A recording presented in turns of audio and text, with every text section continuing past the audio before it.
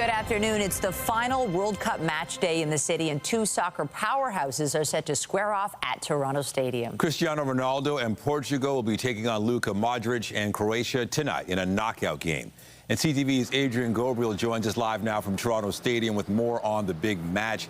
Adrian, recently we've had the NBA championship, we've had the World Series. Where do you think this compares? Well, it's right up there, Nathan. If we look at global sporting events, the FIFA World Cup, in many respects, for many countries around the world, it's right up there with the Olympic Games. So having the World Cup here in Toronto is massive. And then having a knockout game with two world-class teams, Croatia and Portugal, taking the pitch here behind me at 7 p.m. tonight at Toronto Stadium. It's right up there when it comes to global sporting events here in this city's history. Adrian, we saw Croatian fans in Toronto during the group stage. Wow, what a crowd. Now we got Portuguese fans in the mix. What's expected on that front in terms of supporters coming out to see the action today? Yeah, it's going to be pretty wild. As we know, there's a large Portuguese neighborhood here in Toronto. You think Dundas West, you think the northwest end of the city. They're going to be gathering at about 3:30 p.m. today at Toronto Stanley Park. They're going to be doing their march to the stadium. And we saw yesterday just the crush of fans, of Portuguese supporters, as Cristiano Ronaldo and Portugal arrived in Toronto. They're staying at the Delta Hotel downtown near the harbor front. We saw hundreds, if not thousands, of people crushed there along near Bremner Street. So it's going to be a pretty electric day down here, Michelle. Croatian fans will be marching from Croatia House at 5 p.m. and they have been loud and out in numbers since this World Cup started here in Toronto. The FIFA fan zone is expected to be packed as well, just down the street from Toronto Stadium tonight. Of course, the stadium itself is going to be a sea of Portuguese and Croatian supporters. You know, so far we've been watching other games. We've seen penalty kicks to end the game. We've seen late comebacks. What about tonight? What do you think could happen? It's a bit of a coin flip. You know, these are two evenly matched sides here. Let's look at the stars here for just a quick second here, Nathan. We've got Cristiano Ronaldo and we've got Luka Modric, and both of them have led their national teams for a number of years now.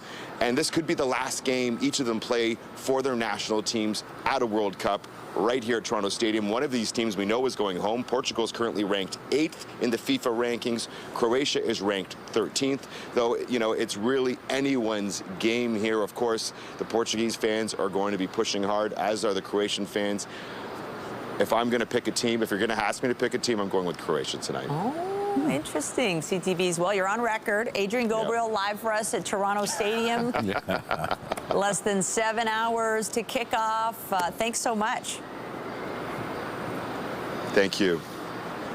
Well, a number of celebrities, both local and international, are expected to attend tonight's match. NBA MVP and Hamilton native Shai Gilgeous-Alexander will take in the match. Nelly Furtado is also expected to attend, along with Zach Galifianakis, NFL player Ben Skowronek, and most of the Toronto Tempo roster. Leafs top draft pick Gavin McKenna and former player Phil Kessel are also expected to show up. Meanwhile, Canada returned to the practice pitch in Houston this morning as the team gets ready for Saturday's massive game against Morocco. I think it's an exciting time for sure. Before anything, obviously it's a big game, around a 16 game, somewhere we've never been before, but I think the group's been really good. We've stayed together, we've been good in training, so it's just about staying focused, staying calm, and sticking to what we know. We've played so many games together as a team. We know how each other play, and I think we kind of had to lean on that experience that we've had together to get through the maybe high-pressure, tough moments as well. So I think we've done that well, and as the tournament's gone on, we've improved definitely. And you saw kind of 0-0 round of 32 in the World Cup. It's obviously a high-pressure situation, and Stacks comes in with 5 minutes to go and puts it in the bottom corner. So that's kind of another moment of him showing his quality as well. The Canadians are looking to stay fresh against a powerful Moroccan side that needed 120 minutes to advance. Head coach Jesse Marsh says managing player workload is a priority after more than a month together. Canada is chasing a place in the World Cup quarterfinals with a win in Saturday's match. That match beginning at 1 o'clock Eastern. The sweltering heat today has led to the cancellation of the World Cup watch party at Nathan Phillips Square. CP24's Courtney Heels joins us live with more. Courtney, I guess they want to keep people safe. That that is the goal for the City of Toronto. Good afternoon, Nathan. That's right. We're here at Nathan Phillips Square. Many people are showing up and a bit surprised to learn there won't be a watch party here later today. A lot of people have been here over the course of the last couple of weeks. It's a free event, and there's something about the atmosphere for people coming together to watch the matches happening in Toronto and all over at this time. So certainly some disappointment. The city making this call because of the extreme heat. It is incredibly hot right now. In fact, we're in the shade just to keep cool, to get some relief. The city also says this has to do with the demand on their resources. At this time, city officials, they're all over the place. They're busy getting ready for the marches that will take place to Toronto Stadium. They're also very busy over at FanFest. Here's what some fans had to say to me about the change in plans. This match is happening during extreme heat in Toronto right now. How are you planning to stay cool and safely enjoy that game? I have 2 big bottles of water, got a nice fan that I'll be having, and just going inside and out of the fan zone. Any concerns for how people will be celebrating in this heat right now? I know you'll be inside in the air conditioning, but we know so many people will be over at FanFest, over at Toronto Stadium. Any concerns? That's the key, right? As long as you hydrate with electrolytes and you're in the shade, it should help.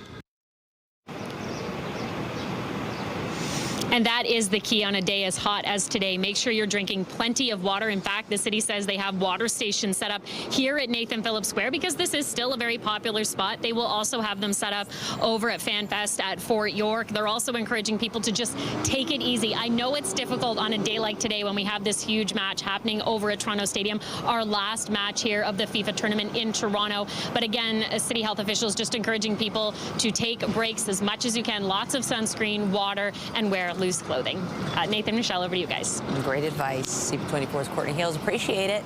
She's at Nathan Phillips Square. We're taking a live look, at the waterfront this hour. Definitely a great place to help beat the heat. It's always a little bit cooler by the water, but we do still remain under an orange heat warning. It was hot yesterday. It is still very hot today. Our Jessica Smith is at Harborfront Center with more on the current conditions. Is it feeling cooler by the water there, Jess? Most definitely, by about 5 degrees. So there's a significant difference the closer to the water you get. So that may be a saving grace for fans at Toronto Stadium later today. Speaking of fans, have João Pedro, hopefully I'm saying that right. You're from Portugal. You flew in for this game. How does our weather compare to Portugal? The weather is very, very good in Portugal, but in the Canada, the weather is the best and is very, very good. I hope the game is the game in Portugal with the weather is very, very good. Who are you cheering for today? Excuse me? Who are you cheering for today? Portugal. Portugal win. We'll see what happens. 3-0. 3-0. Okay, well, I like it. Oh, enjoy your day. Enjoy the weather. Thank you so much. And speaking of the weather, we'll get to your forecast because, as you mentioned, it's warm in Portugal. It's warm here as well, but significantly different down by the water. We're still looking at those heat warnings in place right across southern Ontario with those humidex values into that mid-40 range. We have that relative humidity at nearly 100% as we head into the afternoon, so keep that in mind. Yesterday, peak temperatures downtown Toronto, 36.4, through Pearson, 36, through our friends in Hamilton, 35, and we're looking at another day into that mid-30 range before you factor in any kind of humidex. So just take that into account. As Courtney mentioned, all those safety precautions are very necessary. Not much in the way of active weather right now, but with all this heat and humidity, we could see a pop-up shower just west of the downtown core as we head into the afternoon and early evening. Through the islands, again, a significant temperature difference, 26 degrees, feeling like 35, through Pearson, 32, and the closer into the downtown core you get, the hotter it is. So for those folks marching, it will be much hotter in the core as opposed to getting closer to the water where the stadium is. So something to keep in mind. We want everyone to enjoy the watch parties, to enjoy the game as safely as possible. As we get into that later point of our afternoon, again, watching for the chance of those pop-up showers. But this heat dome is not going anywhere as we head throughout the day today. So enjoy it, have fun, but do it safely. I'll have more on your full forecast coming up. For now, I'll send things back inside to the studio. All right, great reminders. Thank you, Jess. Well, it's going to be a busy day on city streets because of the World Cup match tonight. People are being urged to take transit if they are coming into or heading out of the city. For more on how people can navigate through the core, we're joined live by Samantha Tissey, Senior Communications Advisor with the TTC. She has her World Cup jersey on. Samantha, what do people need to be aware of ahead of today's match? That's right, Michelle. So we're definitely taking an all-hands-on-deck approach with transit today. We're running lots of extra service on our rails. So subway service along lines 1 and 2 have been ramped up ahead of the games. Also on our streetcar routes, we're running extra streetcars on our 509 Harbourfront, 504 King, and 511 Bathurst routes. So you should be expecting a streetcar 5 minutes or better over there. So if you are traveling, make sure to leave yourself lots of extra time, but we got you covered with that extra service. Now, if you are at home trying to plan your trip, you can definitely download our transit app. That's your best bet to help you get your directions over to the game. And we do have plenty of extra staff stationed at key locations downtown and at our subway stations. You won't be able to miss them. They're wearing these bright red jerseys, just like the ones that I am wearing now. They'll be able to answer any questions that you have or give you some directions over to the Toronto Stadium, or if you're headed over to FanFest there. Yeah, very helpful, especially for those from out of town. Are there specific areas which may experience some slowdowns? Yeah, that's right, Nathan. So we are expecting large crowds of fans marching, particularly this afternoon, to head over to the stadium area. So around 1:30 this afternoon, you are going to see some bus and streetcar diversions to accommodate that. So our 63 Ossington, our 504 King, and 509 Harbourfront, as well as the 511 Bathurst streetcars, those will be detouring with when we see those large crowds of fans marching. But if you are traveling, your best bets are to head over on line 2 to either Bathurst or Dufferin stations. We do have plenty of service running from Bathurst Station. That 511 Bathurst streetcar will take you over to the Fleet Hub. And if you are at Dufferin Station, we have a slew of 29 buses you can take there. So you can take the 29, the 929, or we are running a special Dufferin Gate Express bus for the FIFA game tonight. It runs from the Dufferin Station all the way to the Dufferin Gate Loop non-stop. So that is a very seamless connection over to the game to help you manage those crowds and get around any of those detours there. Getting to the game, that's one thing. What about getting home once the match is over? Anything people need to know transit-wise? Definitely, Michelle. So after the game, we are going to be monitoring the traffic conditions and crowd levels to adjust service as we need to. Now, a few things we do have in place. The 511 Bathurst northbound streetcars after the game will bypass stops along Bathurst Street between Fleet and King Street. And over on our 509 Harbourfront, eastbound streetcars will bypass stops after the Fleet Hub over to the Billy Bishop Airport. And again, that's to get those fans out of the Toronto Stadium area and a quicker connection over to the subways. Now, if you are going to be staying out late tonight, we got you covered there. We are going to be running subway service past our usual 1:30 a.m. end time. So if you are a night owl and you're going to be out celebrating late, you can definitely take the subway there. But to check on your route, make sure to check ttc.ca. We'll have all the latest information there. All right, good to know. TTC Senior Communications Advisor Samantha TC, thank you. Well, Go Transit is also offering special service for soccer fans in tonight's game. We have extended our late night service with the last Lakeshore West train departing Union as late as 12:47 a.m. and exhibition at 12:55 a.m. The last Lakeshore East train will be departing Union Station as late as 12:50 a.m. and Up Express trains will be departing as late as 1:45 a.m. In addition, we also will be offering some late night Go bus service that will be available from our Union Station bus terminal. However, buses are expected to be busier than usual. So if customers are staying in the downtown Toronto area after the last scheduled train on their line, they really should plan ahead and be prepared to use alternative ways to get home. Metrolinx is also warning GO train passengers some trips may take 10 to 15 minutes longer to reach their final destination.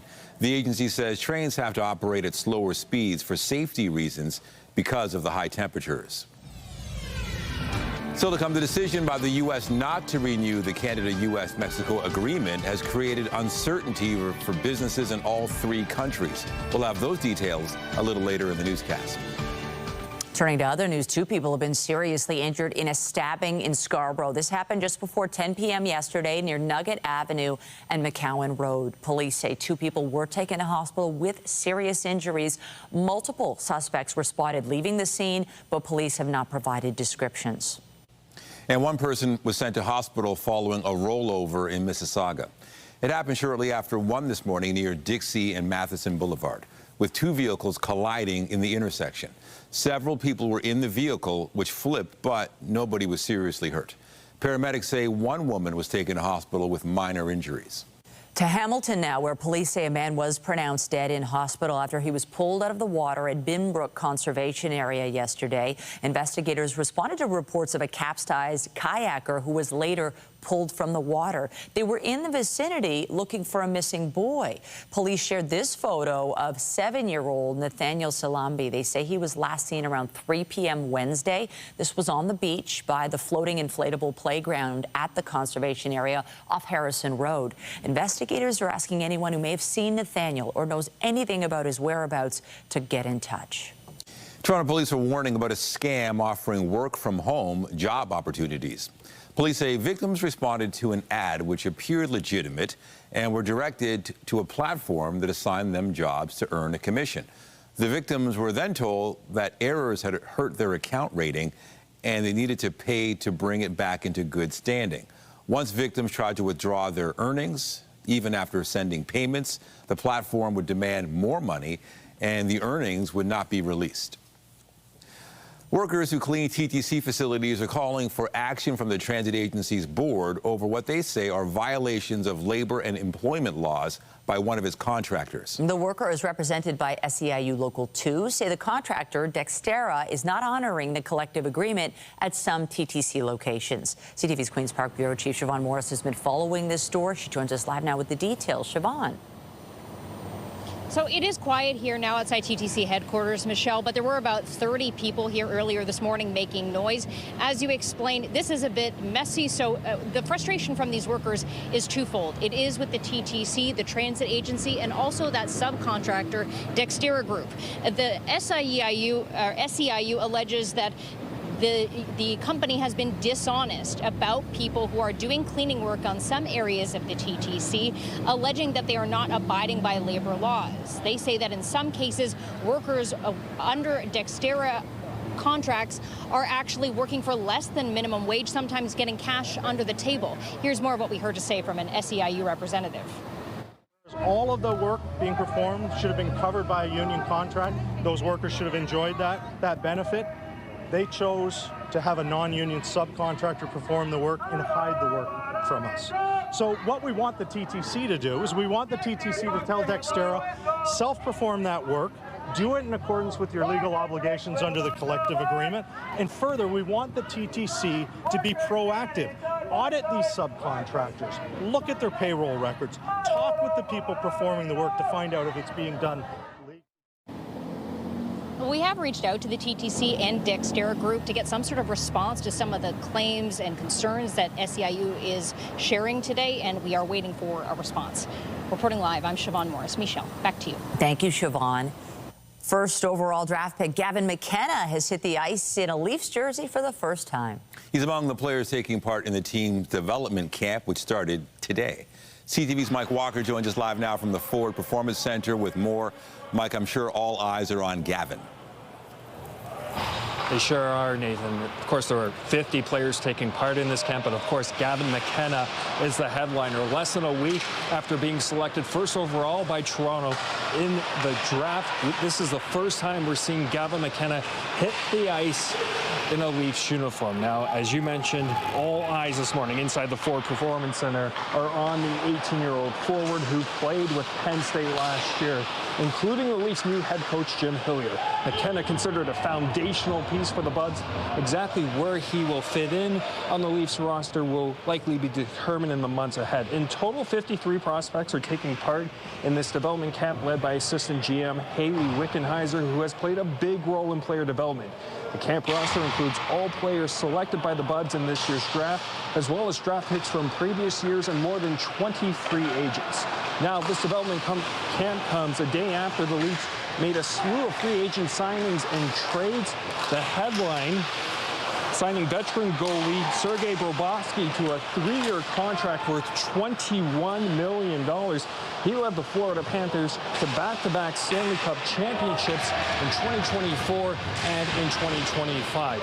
Now, What's happening right now on the ice here at the Ford Performance Center is a scrimmage between the prospects. This will go on for the next little bit. Later on this afternoon, we are anticipating to hear from at least 4 of the prospects, and of course, that includes Gavin McKenna. Reporting live, I'm Mike Walker. Nathan and Michelle, back to you. All right. Thank you, Mike. The decision by the U.S. not to renew the Canada-U.S.-Mexico agreement has created uncertainty for businesses in all 3 countries.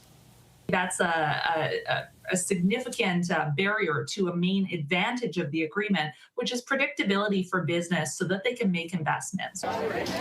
The decision by the U.S. came after a virtual meeting of representatives from all 3 countries. It means there will now be an annual review of the deal for the next decade, and sectoral tariffs imposed by the U.S. remain in effect. CUSMA will then expire after 10 years if all 3 countries are unable to agree on an extension. And CTV's Renee Rogers has been following the process and joins us live with more. Renee, it seemed like they've been talking about renewing this for such a long time, yet nothing has happened. Did the U.S. give any reasons for not renewing the deal?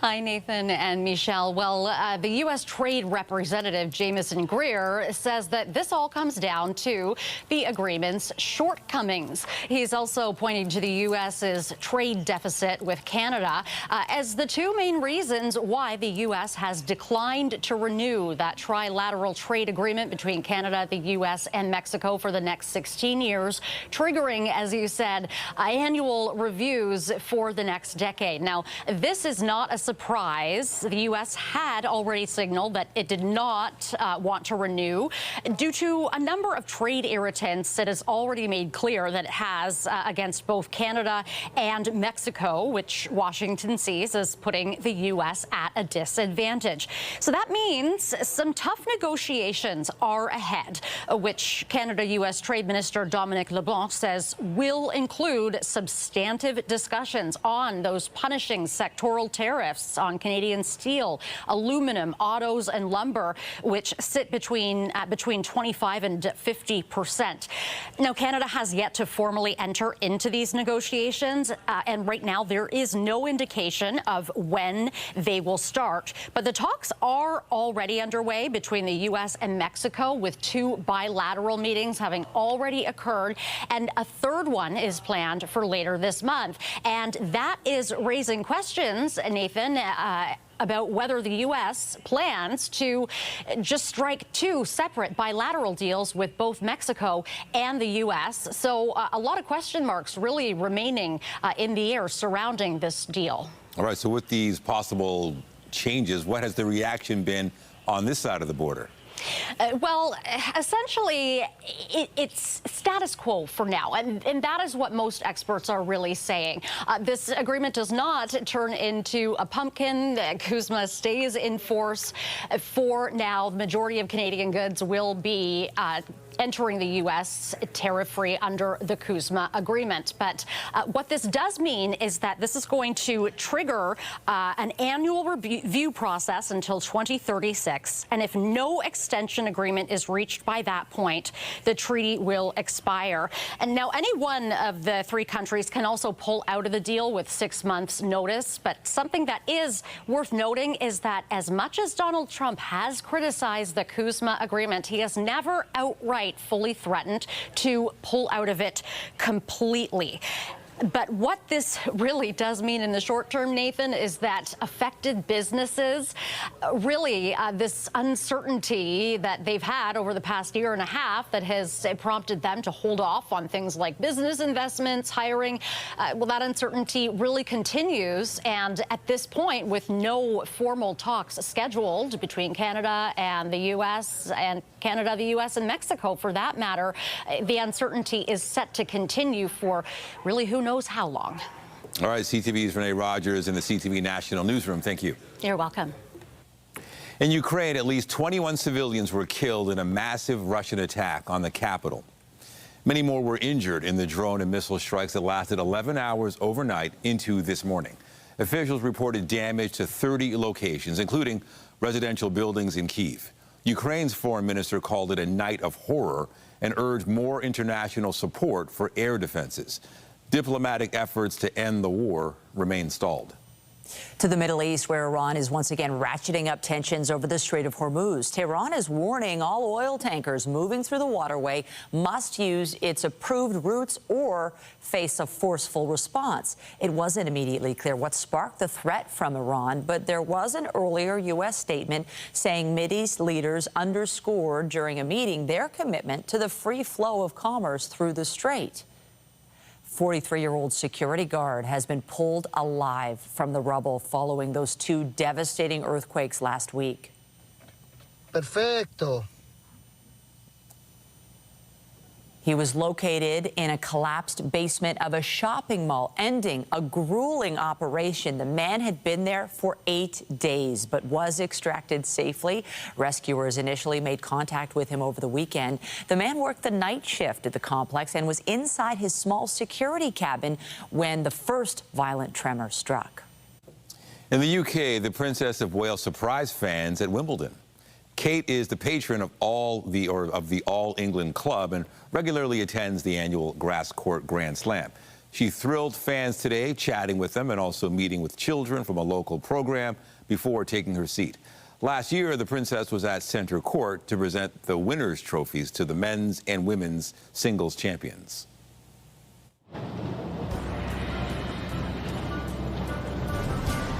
It's hot, but there's a beautiful breeze down here. It's hot, but there's a beautiful breeze down here by the water. And for the folks heading out to the island, even nicer. You get a nice kind of breeze off the lake. But as we head into the afternoon, it is going to get quite hot. So if you're heading to Toronto Stadium or you're participating in any of those marches, sun protection and hydration are going to be crucial. We're looking into the mid-30s as we head into your afternoon, feeling like 44 with that slight chance of showers. Winds do pick up as that chance of rain rolls its way into the GTA, but the bulk of that active weather likely to stay just west of us. Coming up, I'll have a full look at your long-range forecast. We'll break down your temperature as we head in towards kickoff. It is going to be hot, not just the football, but also your forecast. All those details coming up right after the break. When you see it happen, send it to CTV News. Text 10400 from your screen to ours. Text 10400. All right, we are in the middle of this heat wave, and I'm sure for many who are outside, you have to follow all those rules, you know, with the hat and the sunglasses, the sunblock. Otherwise, it can be pretty rough out there. It is so steamy. And Jess, you spend a whole bunch of time outside, I'm sure like you're doing today, and then you go inside where there's air conditioning, and now you're freezing. It's like so dramatic. You get a bit of whiplash when it comes to going from inside to outside, but really the best place to be is down by the water today. The temperature difference between down here near the harbor front, even just 2 blocks north of us, is pretty significant. So for the folks heading over to the island there, they've got the right idea. We're looking at almost a 10-degree difference between downtown, the downtown core, and the island. They're taking off right now and enjoying what is going to be a beautiful day. Weather is brought to you by the Presler Law Firm. Injury lawyers, you don't pay unless they win. Lots of excitement for people as we get ready for what is going to be a historic day as we get ready for the game this evening. But before all of that, lots to do here in the city of Toronto, but you have to be careful. As we've mentioned, we are under that heat dome with heat warnings blanketing Southern Ontario, Northern Ontario, Eastern Ontario, Western Ontario. It doesn't really matter where you are, it is hot. Right now, already at 32, feeling like 42 towards Pearson, the downtown core hot as well. It's a little bit cooler by the water, but really not by much. As we head into your peak today, we're looking at about 35, feeling like 44. Everybody into that mid-30 range, feeling into the upper 30s or low 40s. We do have that chance of a brief pop-up shower or thunderstorm this afternoon. When that comes through, the winds will be pretty gusty with wind gusts upwards of 50 kilometers an hour. Into this evening, warm as well. As we get in towards kickoff, it's going to be toasty, but your overnight low, 24 degrees, still feeling into the 30s. So challenging for those really from start to finish who are more vulnerable to the heat. As far as your sky goes right now, it is relatively clear, a few light clouds out there, but you can feel that relative humidity that is near 100% right now. As we head in towards your afternoon, again, we're watching for that slight chance of pop-up showers. The bulk of that really going to be west of the downtown core, so you're likely to stay fairly dry here in the city if you're attending the game, but we could see again that pop-up shower. Timing everything out as we head into about 4 o'clock, a lot of the marches begin around then. It'll be hot, it'll be humid, it will be steamy, so if you're doing that march, just prepare accordingly. Again, we're watching for those showers as we head in towards kickoff at 7 p.m. for what is going to be the last game at Toronto Stadium for the FIFA World Cup. Outside of just being really sweaty, we're likely to stay fairly dry as far as the rain goes, maybe a pop-up shower at most. Overnight, though, we see the clouds clear, but we watch for another round of active weather as we head into your Friday, as we head in towards the late morning, early afternoon. Again, with all this heat and humidity, these showers are fast and furious, along with the risk of thunderstorm activity. So just be careful if you're out midday on Friday. Heading into the evening, hot, humid, and clear, but we do see a little relief, I want to say, as we head in towards the beginning of our weekend. So something to look forward to, I suppose, if this hot, humid weather isn't for you. As we head in towards your Saturday evening, relatively comfortable. Now, it is hot. We are well above that seasonal point. We are feeling into that mid-40 range as we head into your afternoon. And as we get in towards kickoff, it is again going to be very hot. As Courtney mentioned earlier, they have canceled that one watch party down towards Nathan Phillips Square. But as we know, at least for now here at the Harbourfront, still going. And of course, FanFest will keep an eye on that. Heading into your Friday, again, that chance of showers, the risk of thunderstorms late morning, early afternoon, and then it clears out into the evening. And then, some relief. We can all take a sigh of relief if the heat and humidity is not your thing. We head into Saturday, 29, feeling into that upper 30 range. Into Sunday, picture perfect. And then we have a much more seasonal forecast as we head in towards this first full week of July. So if the heat ain't for you, you don't have to get out of the kitchen. You just have to wait until the weekend, at least a little closer towards your Sunday. But it is a beautiful day here in the city of Toronto, and if you're by the water, the breeze, I have to say, is such a relief. It is still hot, much like yesterday, but having that little bit more of a wind, making it feel at least a little more manageable. Hopefully this helps you plan. Get out and enjoy it if you can do it safely. But again, hats, hydration, breaks in the shade, all key, and sun protection to enjoying the weather safely. Reporting live, I'm Jessica Smith. For now, I'll send things back inside. Thank you. That's where the game should be tonight, that outdoor pitch on the water. Yeah. Wouldn't that be something? Thanks, Jess. We return to our top story now. Portugal, Croatia set to face off in the final World Cup match to be held in Toronto. CB24's Phil Perkins joins us now with more. And can you ask for a bigger star?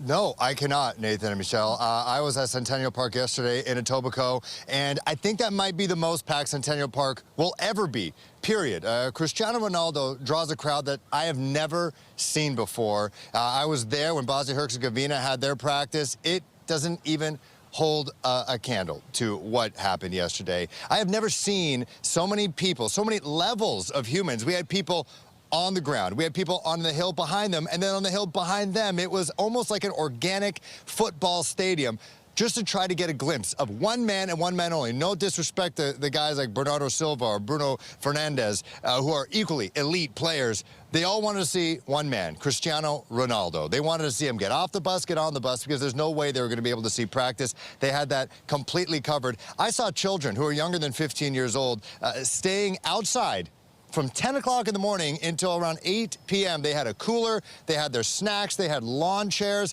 They had people of all ages, not just Portuguese people, but people from all walks of life coming from all over the world to see this man, because he is a global superstar, an icon, a god to some people. And I thought once he did, it acknowledged the crowd after practice, waved to them, got back on the bus. Everyone followed the bus, proceeded to light up flares. I thought the commotion was done. But then we saw people, thousands of people outside the Delta Hotel on Bremner between Scotiabank Arena and Rogers Centre, and also serenading Cristiano Ronaldo, asking for his acknowledgement of their presence. And eventually he did. He did that. And as Jess was saying, it is brutally hot out there, but I don't think that's going to get in the way of the Portuguese community and the Cristiano Ronaldo fans, the Portugal fans.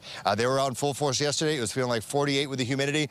It's the same deal today. We're at Stanley Park, just north of King Street right now. That's where the official get-together is going to be, the march. They're going to go down Strawn, then to Toronto Stadium, and then collide with the Croatian march. It's going to be a march-off that we have not seen yet in this World Cup in Toronto. Can't wait. Send back to you, too. I can't wait to see it either. CP24's Phil Perkins. Been enjoying your coverage and your content. Have fun. Thanks. Now, the Blue Jays were decked out in red for Canada Day as they wrapped up their series with the Mets yesterday afternoon. Oh, Canada, our home and native land. What a fabulous moment. A massive Canadian flag unfurled in the outfield ahead of first pitch. Members of the Canadian Armed Forces held the flag during the singing of the national anthem. He's hit this one pretty well to the opposite field. It is gone! Rookie Sean Keyes gave the Jays a 5-0 lead with his first big league homer in the third inning. The team extended the lead to 9-0 with a homer in the seventh. They went on to win the game 9-3. The Jays are off today before heading to Seattle to begin a series with the Mariners tomorrow. The Toronto Maple Leafs have signed another player on the second day of free agency. Forward Brandon Duheim has agreed to a 3-year deal. Financial terms were not disclosed. The 29-year-old has played 375 career NHL games with Minnesota, Colorado, and Washington. The Leafs also added forwards Jack Roslovic, Colton Sissons, Teddy Bluger, and Zach McEwen yesterday, in addition to goaltender Sergei Bobrovsky. Meanwhile, the Toronto Raptors have agreed to a multi-year contract extension with their head coach. Darko Rajakovic led the team to a 46-36 record this past season. The club improved by 16 wins and made the playoffs. Raptors management said today his strong development philosophy and commitment to a team-first culture shine through on a daily basis. Terms of the extension have not been disclosed. The Raps hired Rajakovic in June of 2023 to replace Nick Nurse. You're watching CTV News at noon. This is a live look from the Hotel X Skyline Cam. This stadium is going to be rocking in just a matter of hours. Stay with us. There's some developing political news. John Tory Jr., the son of former mayor and one-time leader of the provincial PC party, is planning to run for the federal Liberals. He appeared on News Talk 1010 this morning saying that he's seeking the party's nomination in the Beaches East York by-election. There's now a process that takes place. It's a party process, and I'm proud of my application to be a candidate, and I'm looking forward to then taking all the things I put about myself in the application and taking them out and wearing out several pairs of shoes as I travel across our riding and give my ideas and present myself to our constituents and ask for their support. And the most important thing is Tory Jr. works as an aviation executive. He'll be fighting several other candidates to run for the Liberals after the resignation of MP Nate Erskine-Smith. A by-election date has not been set, and we're following this story, and we'll have more details on CTV News at 5 and 6 tonight. Taylor Swift fans around the world are keeping a very close eye on Madison Square Garden in New York City amid multiple reports she's about to get married to Travis Kelce there. Here's a look at the venue as intense preparations continue for some kind of event. A law enforcement official told the Associated Press the wedding is happening tomorrow night with a rehearsal on the schedule for tonight. Speculation about the superstar singer and football player's nuptials has built to a frenzy in recent days, and fans have been a common sight near the rumored location. Commentators have noted the couple could have chosen Madison Square Garden because it's easy to keep people out, even if it is high profile. It makes sense, but I just don't think it's typical of her, but I'm sure it'll be gorgeous and beautiful. We're just kind of scouting out. We heard there was some commotion happening around Taylor Swift and Travis Kelce's wedding, so we thought we'd just come check it out and see if we could see anything. Reports suggest about 100 people will attend tonight's rehearsal and about 1,000 will be in the venue tomorrow night, although Swift and Kelce still have not publicly confirmed anything. Still to come, a proposed class action lawsuit has been launched against StubHub over World Cup tickets that were never delivered. We'll have those details when we return. Get Toronto's top stories, breaking news alerts, and watch live. Download the CTV News app. Whether you're relaxing at the beach, hanging by the pool, or hosting a backyard cookout, summer fun often goes better with some music. The right portable speaker can set the mood, but you also want one that can survive splashes, sand, and travel. CTV's Pat Foran has a look at some good options on Consumer Alert. When summer rolls around, sound helps set the mood. If I can vibe to it, I can dance and just enjoy it. Good energy, everyone's happy, dancing. Whether it's music, podcasts, or your favorite beach day mix, Consumer Reports says the best portable speakers combine good sound with durability and portability. These speakers were selected because they are relatively small, fun, and can hold up to some exposure to elements such as dust and water. Many of these speakers are designed with rugged, water-resistant exteriors that can can handle pool days, beach trips, and life on the go. One standout, the Sony Altfield 5. Researchers say it delivers plenty of volume and strong bass. Several recommended models also feature compact cylindrical designs that slide easily into backpacks and even water bottle pockets, like the Bose SoundLink Flex and the JBL Flip 7. Another strong option is the Ultimate Ears Megaboom 3. It earns solid scores across the board and is powerful enough to fill a medium to large room with sound. And for something even smaller and more budget-friendly, there's the JBL Clip 5. Its sound quality falls short of the others, but testers say it works well for casual listening and podcasts. Plus, it has a built-in carabiner that allows you to hook it on to just about anything that has a loop or a latch, so it's great for taking it on the go. Most Bluetooth speakers work best when your phone or other source stays within 10 meters. Beyond that range, the signal can cut out. Staying close can keep your music with you all summer long. Pat Foran, CTV News. World Cup fans in the U.S. are suing StubHub, accusing the ticket reseller of failing to deliver expensive tickets they bought on the secondary market. Fans claim they didn't get what they paid for because StubHub never delivered their tickets. The proposed class action suit was filed Tuesday. It seeks at least $5 million U.S. for thousands of people. StubHub did offer refunds, but fans say that was not enough since they were already stuck with airfare and lodging costs. StubHub has not commented on this proposed lawsuit. A European court has ruled against Google in a major antitrust case. The court second chamber hereby, first, dismisses the appeal. Second, orders Google LLC and Alphabet Inc. to bear their own costs and to pay those incurred by the European Commission. Google was fighting a record $7 billion fine that was imposed 8 years ago for using its Android operating system to block rivals. The tech giant made agreements which forced phone manufacturers to pre-install Google Search, Chrome, and Google Play, while also blocking them from using rival Android systems. Google appeared to make that appeal to the Luxembourg-based Court of Justice of the EUA. Spokesperson for Google says, or the spokesperson says, the judgment failed to take into account its investment to ensure Android remains open, interoperable, and free. Coming up, a musical celebration to mark Canada Day. We'll have more on drummers trying to set a record from coast to coast to coast when we come back.